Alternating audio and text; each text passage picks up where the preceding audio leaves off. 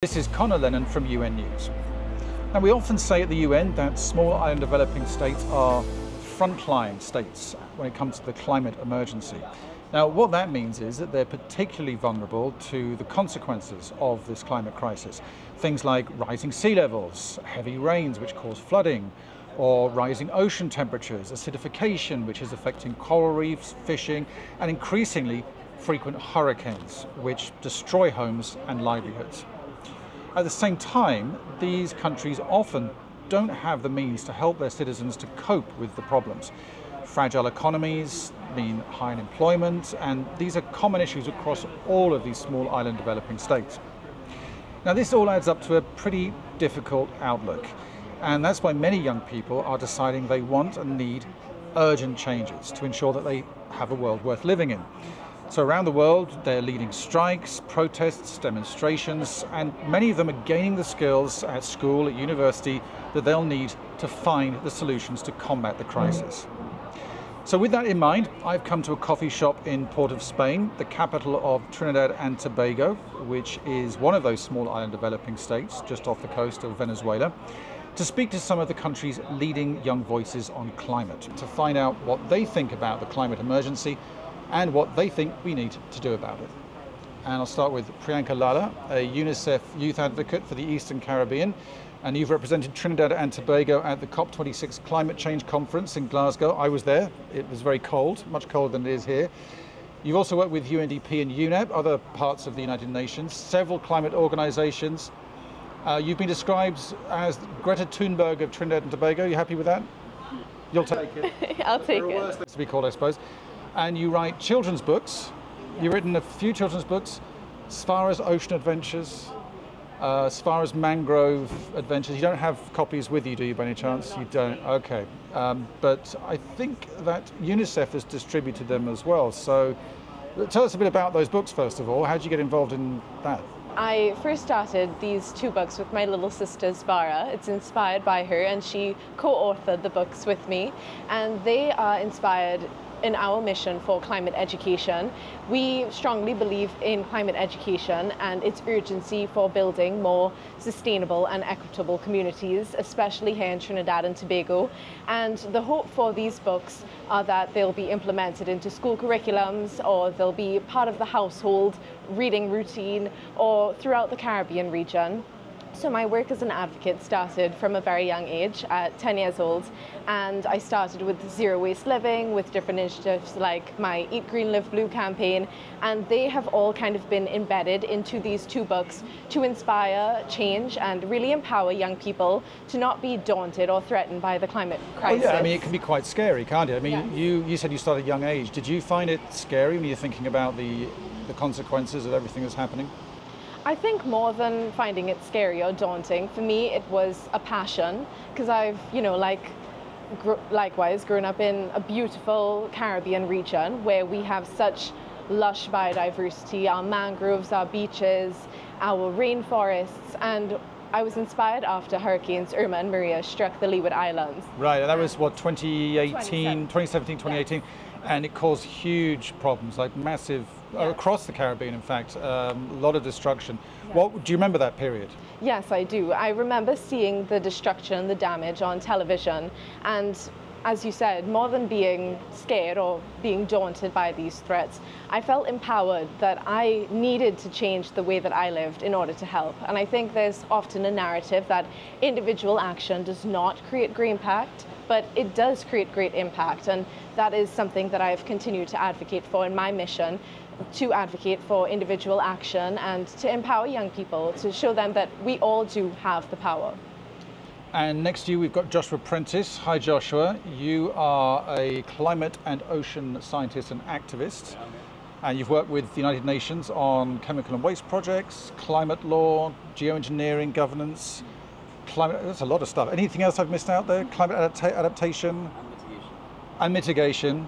And, well, like Priyanka, you're very keen to engage with young people internationally. And I think you've been at some, well, definitely UN conferences, but a few conferences. And what do you do? Why do you go to these conferences with A lot of blah blah talking, people in suits. I mean, is this somewhere that you feel you can make a difference? Yeah, definitely. The reason I attend conferences is to take with me the voices of youth internationally and from within my region specifically, to get language included to make sure our voices are heard.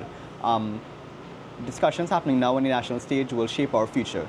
Climate change is happening, it is real, and I do believe that youth voices need to be included in all negotiations. So that's why I took a stance to attend conferences to negotiate on youth's behalf as well. But when you say including language, that would mean that youth voices are included. What does that mean in practice? Mainly inclusivity for various process. So the secretariats that oversees MEAs and the technical reports, the research they do, we want to have youth included in these processes to have a voice and have young researchers, young activists to engage with them, to ensure that any research they're doing or things they want to see included be added to ensure that it's equitable, it's intergenerational equity to be inclusive to all youth, regardless of age, race, religion, and location in the world.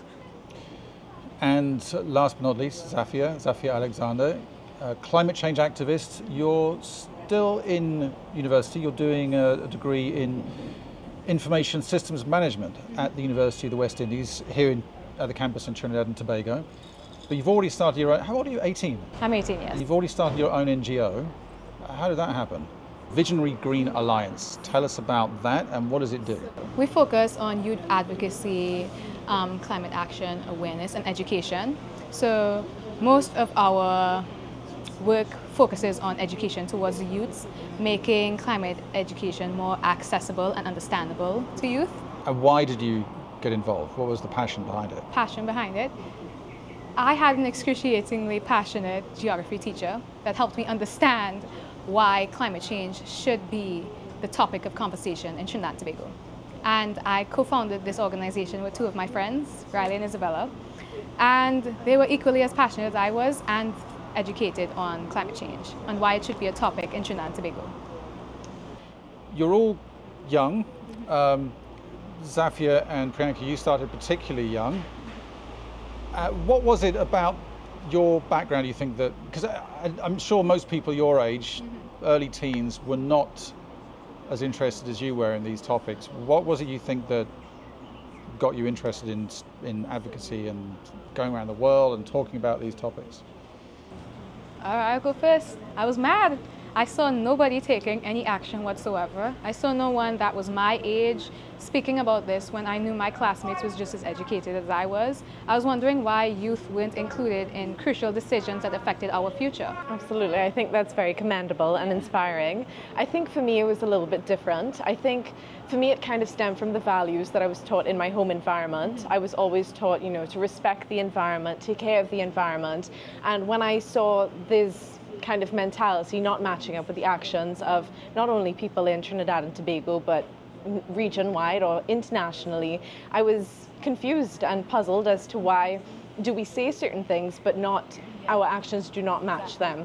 And I think that is a narrative that I continue to advocate for, starting in the home environment, educating not only young people but their parents, their guardians, our teachers, our homemakers, and it's a holistic effort towards really adapting to the climate crisis or any issue. It starts at the grassroots level and it's a holistic effort where all partners need to be included, and that is reflected in my advocacy with my children's books, as you mentioned, starting from a young age and getting the whole family unit included into really shaping young minds of future leaders and difference makers who are empowered and inspired to actually want to create change.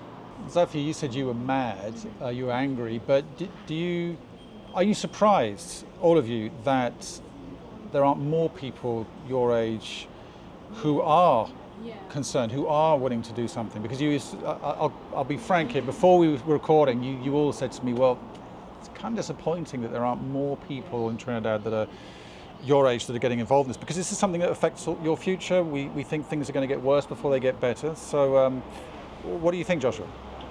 Well, when it comes to my age group in particular, there hasn't been much engagement when it comes to climate change or environmental issues. I will say that is a byproduct of it not being pushed more from in the school system growing up, and it kind of trickles down from parents as well. They don't teach you good recycling practices, teach you about climate change, why should we take care of the environment and the benefits we get from it. So I think it stems from that. Now, because of the internet and social media, our generation, well, my age group in particular, we started to get more involved in it. I mean, but I've always had a passion for the environment, and I think a lot of people in my age group who are involved in the sector have had a passion for the environment. From National Geographic, watching Animal Planet growing up, we want to learn more about these things. So even though there is a large disconnect between environment and youth now in my age group, due to them not caring about it, there are a good amount of them. I will say now that, however, it is changing. There have been a lot of push from the government and the government agencies like NGC to include youth. There have been a lot of youth green projects going on. I'm training from various ministries on climate change and how to mitigate it from a agricultural standpoint and how to adapt to it. It's interesting because in New York at the UN, we have videos about climate change a lot. And when we're talking about small island developing states like Trinidad and Tobago, we're obviously talking about hurricanes. We see the pictures of all the destruction. And I guess the impression I got from New York was that everyone would be talking about this all the time, that you'd see the connection between climate change and the effects, but you're saying that's not necessarily the case. I would like to say that it's not necessarily their fault, because this is why I would like to say that education and advocacy and awareness is a crucial, biggest aspect of my activism, because they're not aware of the situation, they're not aware of the severity of the climate change crisis or how it directly affects Trinidad and Tobago or small island developing states. I want to give them the benefit of the doubt. Because as much as I'd like to say, oh yeah, they're willingly choosing to be ignorant, that's not true. It's not a part of the syllabus. Also piggybacking on her points, right? In Trinidad and Tobago, there have been instances of youth dropping out of school to do agricultural stuff, like farming and planting various crops to sell in the market, the local markets. And they don't understand how climate change itself will affect their crop produce through droughts, flooding, things of that nature.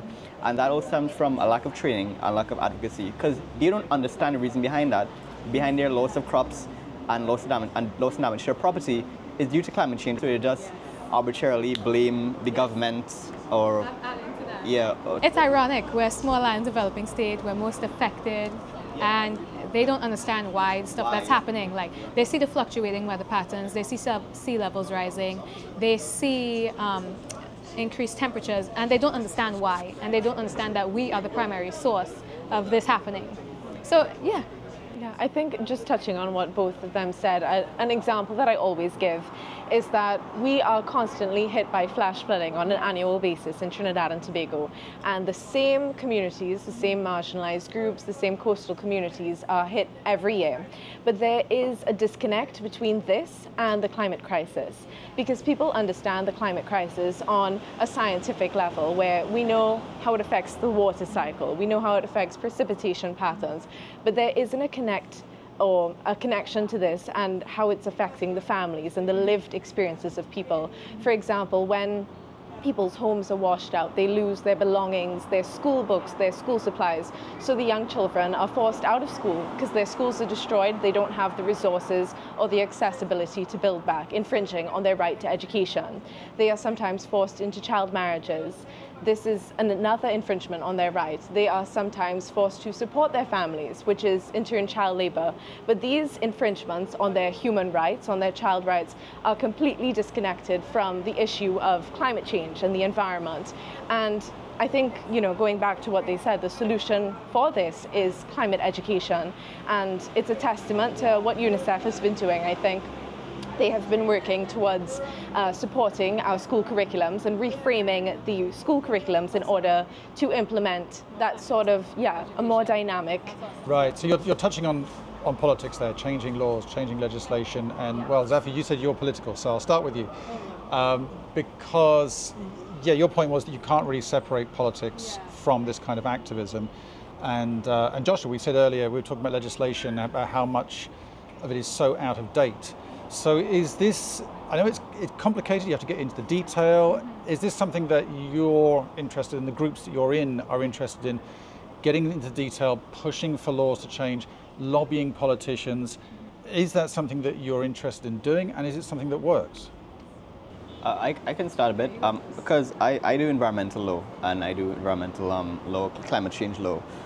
Locally in the country, it's very hard to update a law unless it's on the agenda. Because to my knowledge, in Parliament, there's a set number of bills that go to Parliament every year, and it doesn't change. It's to be predetermined. And because of that, there needs to be immense public outcry or outreach from the public, interest from the public, for a law to just change just like that. However, we have seen laws recently being updated due to public interests, the animal rights laws.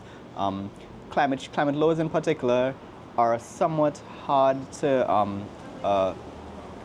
address because the laws don't exist in the country. We have a National Environmental Policy, a NEP, and it's policy. Policy is not law. So right now we don't have technically any direct climate change law. We have policies. So would you say, sorry to interrupt. Yeah, so would you say that like what we're doing, youth pushing on that, would help? It definitely would. You definitely reach out to the various ministers that oversee that. Ms. Beckles has been an immense supporter of youth. She will definitely, anytime I ask her about something, she's definitely right there. Okay. And she'll definitely take up your thoughts and concerns and bring it to the cabinet. Please let us know what happens as well once you contact the ministers. Yes, give me that info. Yeah, definitely. So yeah, it is something that can change. The issue with activists within this country is the fact that it feels like it falls on deaf ears most of the times. Like consistently, consecutively, persistently, passionately, as much as they do it, it's like it goes to... I think a portion of that comes from not knowing how to get what you want. I will say that. Like not having an end goal? No, like who to talk to. Who to talk to? Yeah, like, I mean, you could try to reach out to the minister per se, but really hard, unless you write a direct letter to the minister, hard to get a response. There are NGOs in Trinidad that collaborate all the time. Yeah, with the ministry. Is there concrete evidence of them making significant difference though? Like locally? Yeah. Yeah. So that's my issue. That's my issue. They have all these talks and it's like, I believe it's happening. Priyanka, you've been quite quiet. So I know that you talk a lot at conferences, you do keynotes, panels. I want to know, are you more on this is falling on deaf ears, it's just a waste of time, or do you feel that this can make a difference? Yeah, absolutely. Well, I have always supported UNICEF's mission, and I'm not political. I do believe absolutely that young people do have the power and do have the voice and do have the opinions, they do have the information to, you know, have a meaningful contribution, but it all comes down to intergenerational collaboration, and we need the support. Yes, we need the support of our ministries, our policy makers, our governments.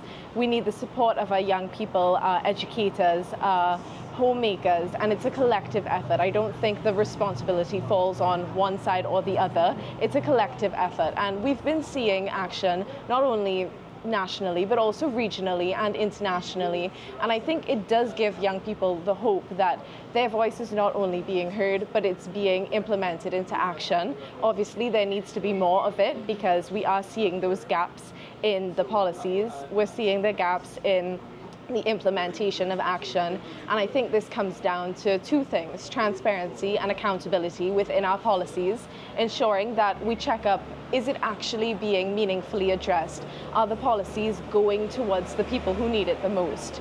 Are they targeting the marginalized communities they say they are going to target? And I think that accountability comes from the voice of the young people. We continue to keep our governments, our policy makers, NGOs and various organizations accountable. So it's definitely a balanced effort, and we can improve, definitely, but I think we also need to acknowledge the good that has been coming out already and really acknowledge it to make people feel empowered and inspired to continue. Let's turn to the elephant in the room, oil. Now, most small and developing states, they rely on oil. It has to be shipped in. They often don't have the money to I mean, you need a lot of upfront cash for things like solar plants, wind, all of the clean energies that as a planet we want to move towards. You're, I guess, blessed or cursed, I don't know what you want to say, by a lot of oil. You've had a lot of oil in this country, which means that you have more money than a lot of other island developing states. So it brings in money, it powers the country. I'd want to know what you think about that. Do you think that this is something that Trinidad should not be doing, or other countries would say, well, no, developing states should have the right to develop before they move to clean energies? At your age group, your level, what do you think? And who wants to start? I'll start. I'm looking at you, Joshua, because I know you've got more of a technical background, perhaps. Yeah, sure. Okay, so from my standpoint of sustainable development, as an advocate for clean energy, I believe that we should stop it. However, I exist in the real world as well, and I do liaise with government officials regularly, and I do understand why Trinidad and Tobago has to stay in the oil industry and is in the oil industry right now. Trinidad and Tobago has had a long history of oil and gas exploration. I do understand that now Trinidad and Tobago is expanding to collaborate with other countries in the region, Suriname, Guyana, and Venezuela as well, to push more oil and gas. The reason for that is because there's still a lot of things that need to be done in the country, and Trinidad cannot afford to just leave oil and gas. It's its biggest income maker. There have been steps taken to diversify the country. I've seen that firsthand through private sector developments. There have been grants for exports to push businesses to do more exports and develop businesses locally to ship more things, to get more foreign exchange to that way. But to my knowledge, if I'm mistaken, oil and gas accounts for 80% of all revenue in this country. It can't just disappear like that overnight. That's unheard of. So I do understand why Trinidad is still in the oil and gas sector.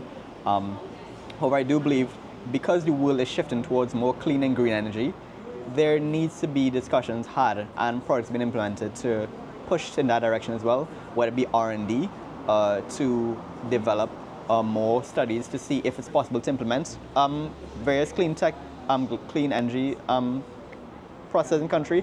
I do believe it should happen. I do really want it to happen. It's just we're kind of hamstrung by being dependent for so long, and the lack of diversification through the past 40, 50 years has really hampered the country. Yeah, I think I'd agree. I have to acknowledge, Trinidad does rely heavily on our oil and gas industry, our economy, the job opportunities. It is heavily reliant, and it's historically been heavily reliant. But within the next few years, the next few decades, we need to make that transition, because the rest of the world is making that transition. Even though it is taking longer than we'd like it to happen, the reality is that we need to make that transition for our own development, the sake of our people and the sake of our biodiversity. And looking to the future, there's more for you than there is for me, so you've got a lot of future to look towards. Are you more fearful? Are you hopeful? Project 30 years from now, what kind of a Trinidad do you think you'll be looking at? Trinidad? Yeah. To be honest, I do think more definitely needs to be done as soon as possible, because for one, we have a lot of impacts from climate change going on. We have saltwater intrusion on our coastlines from wave action increasing. This has degraded farmland and has increased the risk of coastal flooding during rainfalls as well, because once the tide comes in and floods these waterways that's supposed to drain water, it then leads to backflow of water into communities. And that's just from a technical standpoint, but the majority of central Trinidad lies below the water line, the high tide mark. So when the high tide comes in and rainfalls, it's flooding in central Trinidad and Tobago. That's one aspect of it. Additionally, there is a drought as well, and also we need to protect our freshwater resources. I'm still not sure if you're pessimistic or optimistic. He's like real. I think he's being realistic. Realistic, but 2050s. What do you think it's going to be like? Do you think we'll have solved these problems? Based on what I've seen now, I do not think so. The countries have the technical capability to do so. I would hope so. They would push for products to harness that, but realistically, I am very pessimistic for the future, because there are a lot of issues happening right now and on the horizon that have no response or answer yet from the government. Yeah. So. He basically explained like all the science behind it, and I get it. Like, it's hard to remain positive about this, but I still like to have an optimistic attitude, hopeful, but also a bit of realistic. Yeah. So you're planning to stay in the country, fight for the country? Yeah. Yeah. Yes. Priyanka? I have to agree with both my colleagues. I think definitely from a perspective now, the reality of the situation is that it is quite daunting because what we're seeing is daunting. But my hope is that for the future of the young people of this country, because we have such talented young people, such intelligent, creative minds, and for the sake of them, we need to make that transition for the future of this country. I agree. It's not our place to say, oh, it's the end of the thing, like to just focus on the negatives, because there's future generations that deserve a future like how we do, like how we did, like how y'all do. Well, does that make sense? It does make sense, but no pressure, but it looks like you're the leading climate voices. A lot of it's going to fall on you, but it's great to hear that you're up for the challenge, even though, as you say, it is daunting. It's going to be a difficult future, but we wish you all the luck. And don't forget, Zaafia, do let us know when you hear back from the minister. Yes. Give me that info. Great, thank you very much.